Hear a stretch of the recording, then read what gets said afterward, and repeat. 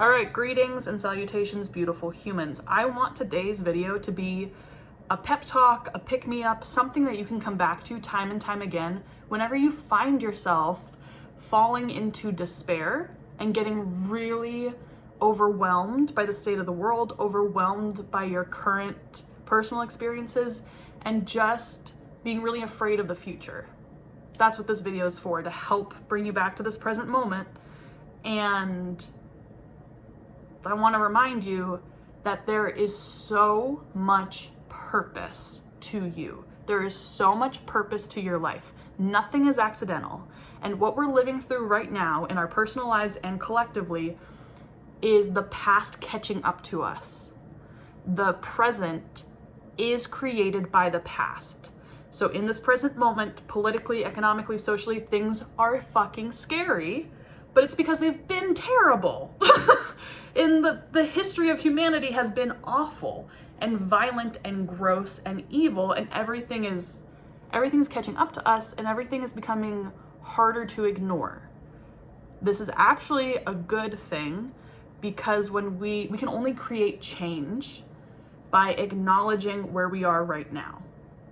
So we have to first acknowledge when something is bad, when something is unlivable, unbearable, when something is fucked up. And then only from the acknowledging and looking, refusing to look away from acknowledging the current status quo, this present moment that was created by past events, only from this place can we begin to create change and invite change. But we don't have the capacity to create change and invite change when we're not being imaginative. Something that I've been thinking about a lot recently is how, so the past creates the present, and then history repeats when we drag the past into this present moment. But it's also difficult to not drag the past into this present moment, because all of us have traumatic lived experiences and emotional baggage that takes a toll on us, and then it just comes with us wherever we go, and we drag it into the future. But we don't have to do that. And the way to fight and break those patterns of history repeating has a lot to do with regulating our emotions and regulating our nervous systems and just being really grounded right here, right now, so that we have a say in the future that we're creating from here. And we're not blindly just creating the past again, So right here, right now, the more emotionally regulated you are, the more powerful you are. The more emotionally regulated you are, the more powerful your creativity is. I'm warning you now that this video is going to be filled with just a bunch of different tangents. So hopefully you're into that, and buckle up, okay? Tangent number 1. Believing that your life doesn't matter, or believing that your impact, your efforts don't actually matter in the grand scheme of things because you're just one person, what good can you do? That way of thinking actually translates to my actions don't impact anybody else. And that's not true at all. That is not true at all. And I think feeling this way is understandable, but it is a byproduct of individualist thinking and individualism. The truth is, you and your actions have an actual direct ripple effect in the lives of other people, the people that you know, but also just society at large. Your actions also make a direct impact on the planet and the environment, and also our actions, how we choose to live our lives, make an impact on whoever lives after us in the future. The people and the creatures that are on Earth after our lives have ended, the decisions that we made with our lives do impact them. No one exists in a vacuum, and it's this kind of thinking that's more so tied to collectivism versus individualism. Collectivism acknowledges the fact that the choices that we make on this side of the world do affect people living on the other side of the world, and vice versa. You know, we are all organisms that are part of this ecosystem. And cosmically, we are each threads of fabric that are woven together to create the quilt of life. You know? It's true.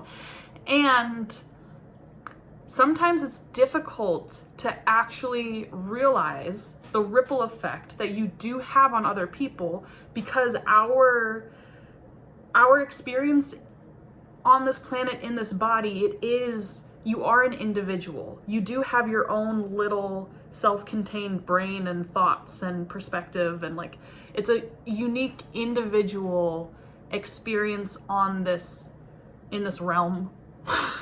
But that doesn't mean that your individual actions exist in a vacuum. That's not how it works. So for example, let's say you're driving to work, you got to get on the highway, it's busy, 4 lanes of traffic, 5 lanes of traffic, but people are zooming, people are going, and then the guy next to you sneezes and swerves, and he hits you, okay? His actions had a direct effect on your life, your well-being, your car insurance, whatever. And let's say that incident now backs up traffic, so a shit ton of people, whoever's going in this direction, is affected by this one guy sneezing, you know? But on a normal day, no guy sneezing, no car accident, you're driving on the 5, or the highway. The 5 is the highway that I live closest to.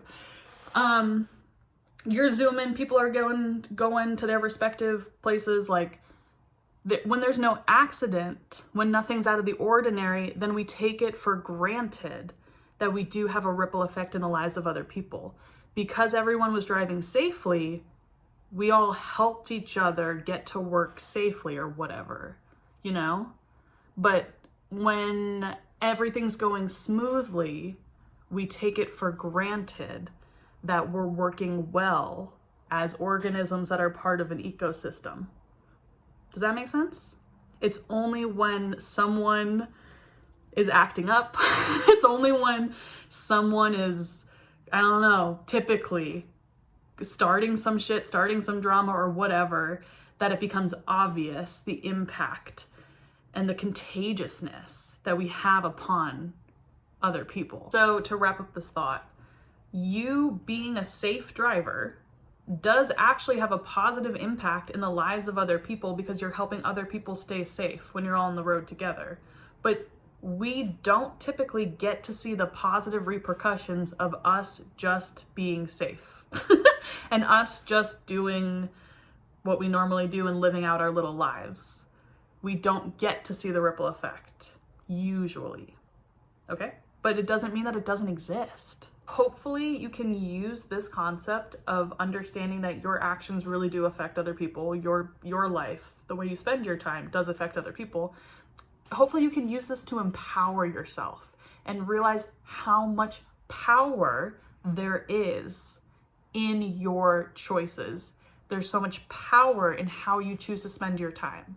There's so much power and like contagiousness in who it is you are. We're contagious beings. And that's because we are very emotional beings. We are driven by emotion, and emotion is contagious. It's crazy, but it's true. Like this world, for so long, I've really been thinking that like ideas and thoughts are the building blocks of this dimension.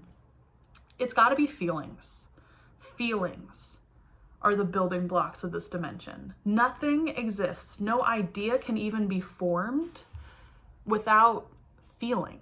My understanding of emotional regulation is like rooted in the fact that like, okay, someone who's emotionally regulated just has like tools to take care of themselves.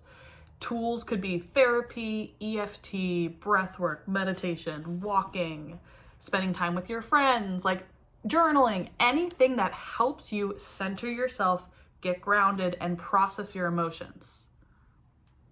That's regulation, like a processing, an awareness that helps you center yourself no matter what life throws at you. Because life has been throwing shit, and life will continue to throw shit. It never stops. It never stops. And right now, the people in power, the way this world is run, like, the most wealthy people are addicted to destruction. And so, politically, socially, economically, what we're seeing right now, environmentally, it's just destructive waters that we're swimming through. And that destruction is contagious. What's the opposite of destruction? Creation. So our creativity is literally a threat to destructive systems that we've been participating in since the beginning of humanity, you know? Your creativity is also contagious. Your creativity is powerful. Creativity is an act of rebellion because art is an act of freedom. Creative energy is contagious, and I know this so viscerally because creative people need each other. We need permission, for better or for worse, from other artists, from role models, from friends that are doing weird, cool shit. Like even someone wearing like an outlandish outfit. Usually, especially if you're open and receptive and hungry for it, usually that person just living their life, it gives you permission to be a little weirder. Watching a movie that's like so inspiring to you, listening to music that's so inspiring to you, learning from someone that's just lived a really like unorthodox creative path, it gives you permission to do the same thing, to be a little bit more free. Now, creativity is also contagious through a completely different lens and a different experience, because sometimes when we see someone that is living so freely, someone hyper creative, so much so that it seems cringy, or if we are just, I don't know, just not very in touch with our own creativity, we'll see someone, an artist, living life on their terms, and it's easy to shit on them or it pisses us off. We get triggered in some way, shape, or form, and it's because their freedom points to all the places in us that we've caged, you know? So when you're emotionally regulated enough and self-aware enough to sit with your feelings and be like, well, why do I feel this way? It helps you free yourself from invisible, intangible cages that you've put yourself into. You know what I mean? Creativity is contagious. Now, when it comes to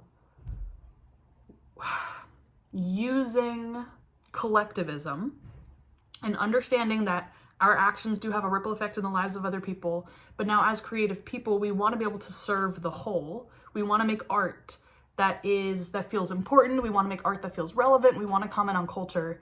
That's a big ask. It's a big ask for you to want to save the world.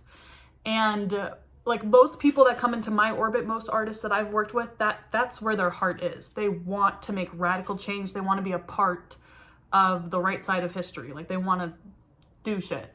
And it's so admirable. And simultaneously, it's only your responsibility to make the art and make the work that you need. And this isn't individualist thinking. This is different. This is you self-soothing. Because whatever soothes your soul, whatever work, whatever music, whatever poetry helps you take care of your humanity, your grief, your joy, whatever. When you are connecting to yourself in the creation process, and then you bring that to humanity and you show everyone, hey, this is what I got. It gives other people the opportunity to connect with their grief, their joy, their whatever through your work. So it's important that you take time to remove yourself from the world, to get introspective and create what you need.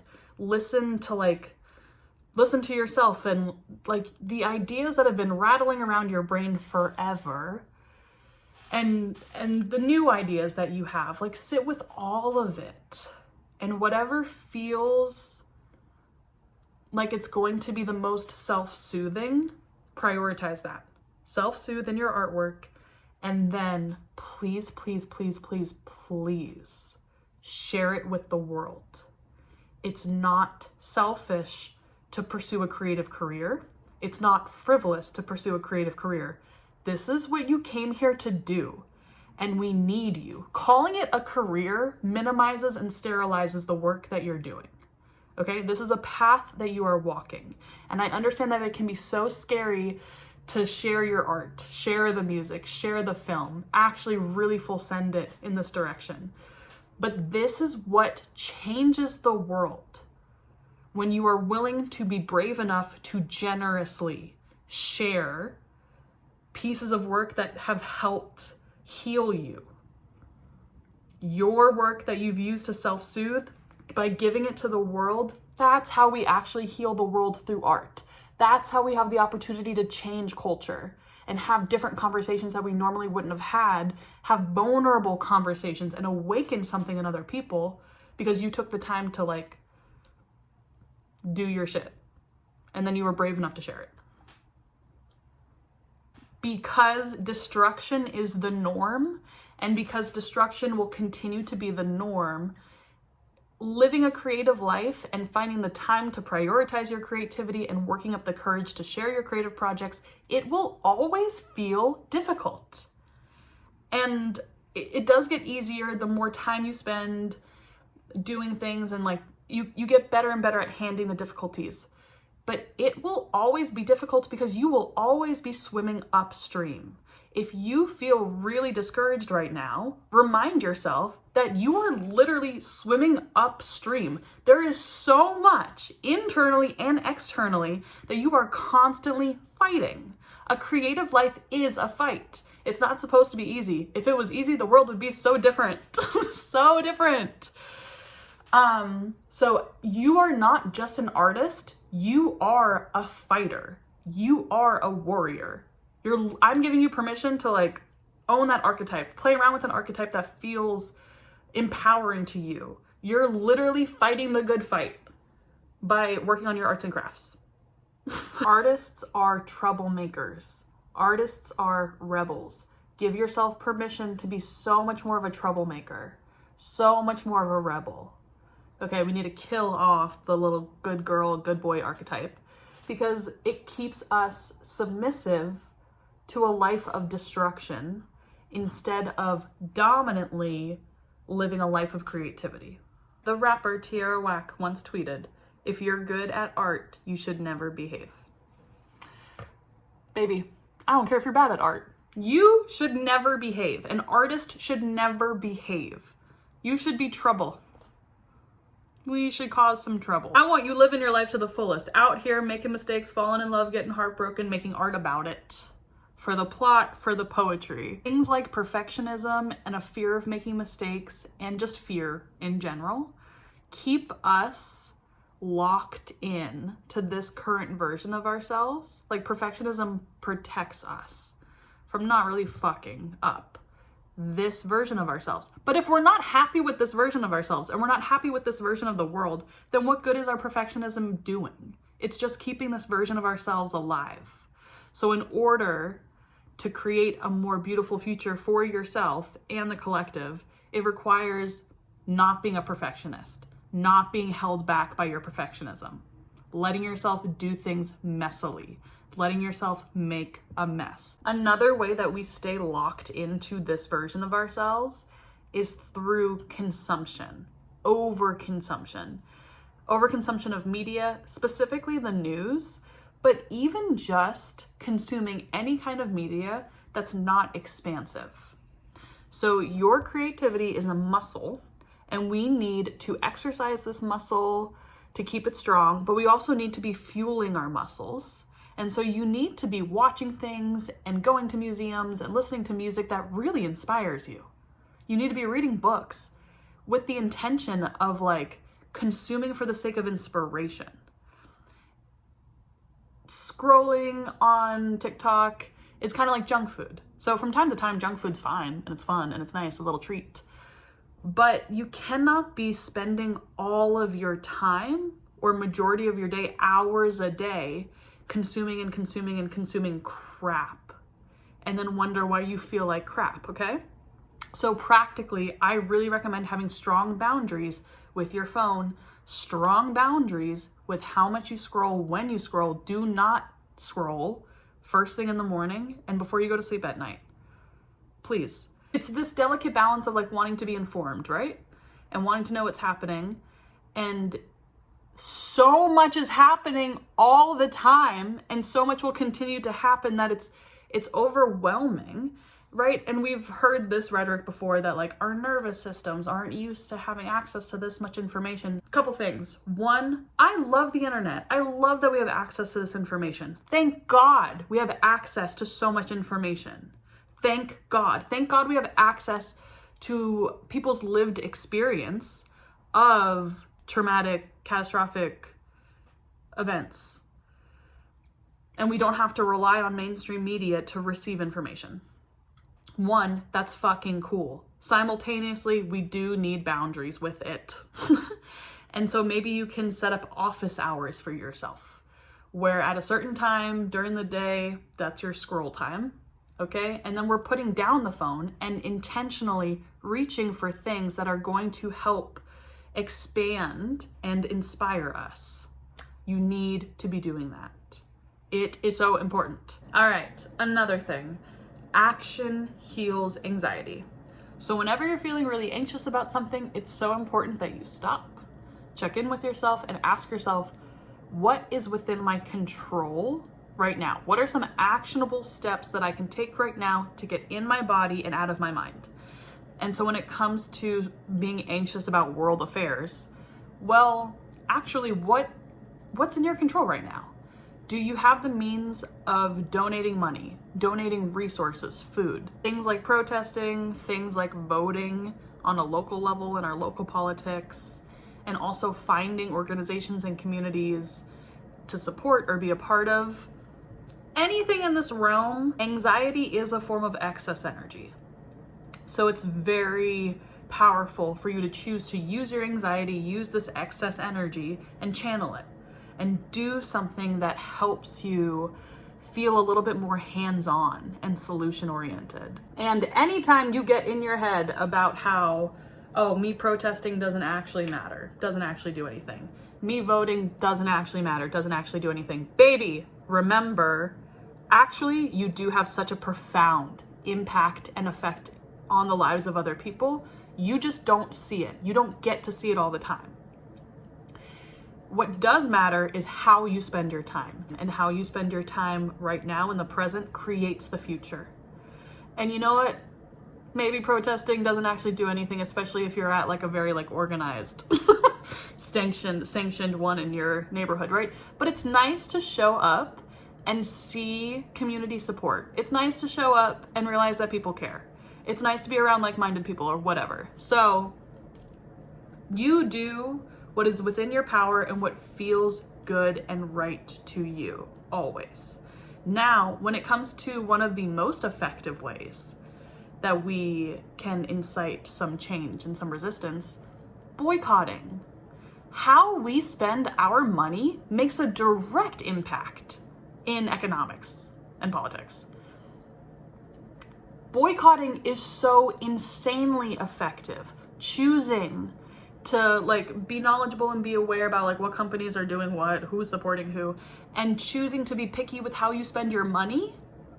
That's awesome. Even just picking a couple companies and deciding they don't deserve your support. That's powerful.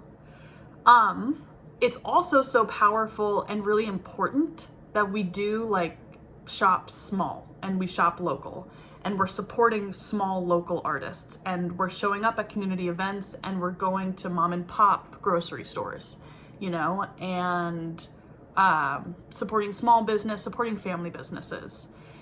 The supporting of small establishments will also drastically change the market over time. It already has, but it needs to continue to shift and evolve. And so from your creative standpoint, the markets that you want to participate in, the fields you want to participate in, if it feels oversaturated We have to shake that belief because the market isn't oversaturated. The market is actually so incredibly boring and it needs some more diversity. You know, I think there is something beautiful about monoculture, right? MTV, like music that everyone listens to, movies that everyone watches, restaurants that everyone goes to. But that's also so incredibly boring. How fucking boring. And that's not sustainable. And it gives rise to monopolies. And it's easy to like, for capitalism to do its thing when we're existing within monoculture. When things are decentralized, when art is decentralized, it gets a little bit more difficult to control. And there's a beauty in that. Okay? We're living through a lot of grief and a lot of change and a lot of uncertainty. The grief and the uncertainty are so real, and simultaneously, it's because we're in this space that possibilities are opening up. And that a new way of living and a more creative way of living, a more creative way of understanding ourselves can exist. We can create something more beautiful by acknowledging where we've been and where we are now. And choosing to alchemize this stuff, the darkness, our own personal darkness, and continuously reach for something more beautiful. Your curiosity is an act of rebellion. Your creativity is such a profound act of rebellion. It's so important. In a world hell-bent on destruction, creativity is a means of survival. We literally need you. We need you so bad, and we need you to do the things that only you can do because we are each so inherently unique. And so even if you and I are participating in the same field, we're doing the same thing, we're writing the same kind of book, it's going to be different. Your book is going to be different from mine. And so we need both books. So then people have the option to figure out what they resonate with. When more art exists and more creative people are living life on their creative terms, that means more possibility exists. And the world literally becomes so different. Culture becomes so different when more possibility exists. We are living through a massive transition and transformation in culture and history. And any kind of transition and transformation, it's messy, it's scary. There's so much uncertainty involved.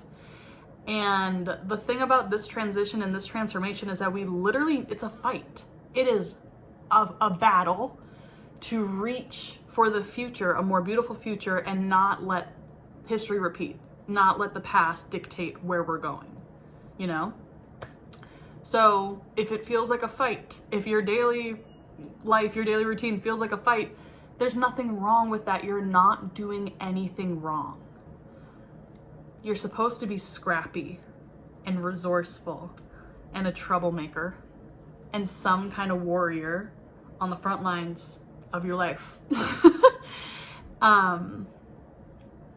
Prioritizing your creativity and living a life of creativity is such a noble and worthy act. It's so noble of you and so brave of you.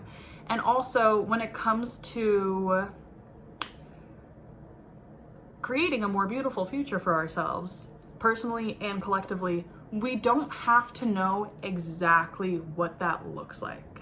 We can have an idea, we can have daydreams and thoughts and political ideologies, but we don't have to know what it feels, or excuse me, we don't have to know what it looks like in order to create it. You don't have to know what your dream life looks like in order to create it, but you do have to know what it feels like. Remember, feelings are contagious.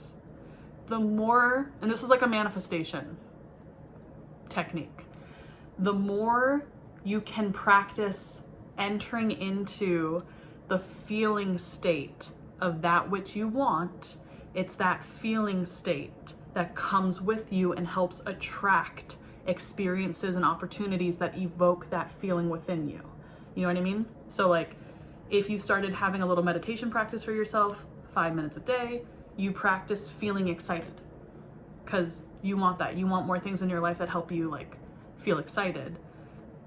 If you practiced feeling excited 5 minutes a day for like a week, I guarantee you that would change your life. That would change. Something in you would just like click, or something in you would open where, because you practiced that feeling, it allowed you to align with opportunities that genuinely excite you.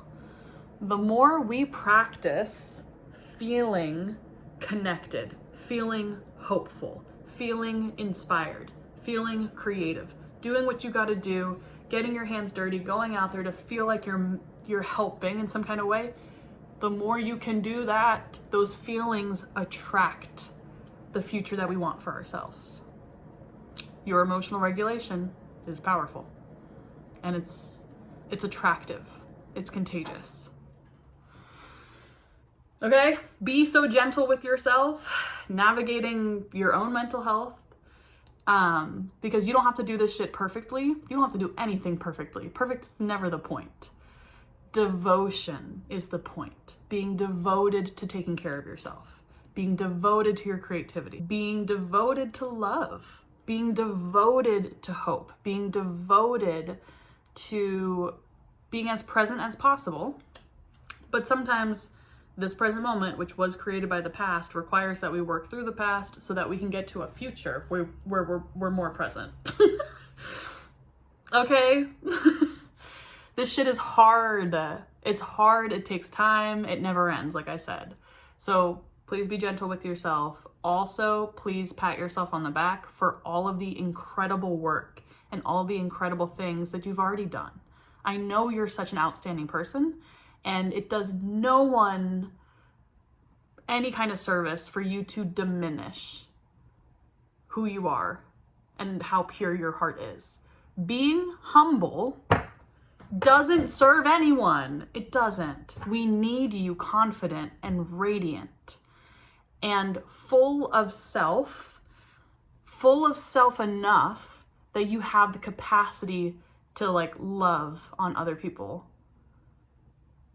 So make your art self-soothe, take care of yourself, and please, please, please, please, please understand that when you share your art and you share your creativity and you go out into the world and you take classes that help you surround yourself with creative people, when you go to local shows and you wiggle your way into the creative community around you, you reach out to friends and collaborate, hire your friends, you're supporting creative people around you.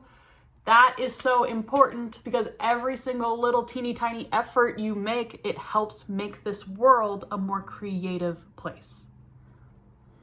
And that's what's going to save us, essentially, or help create a more beautiful future.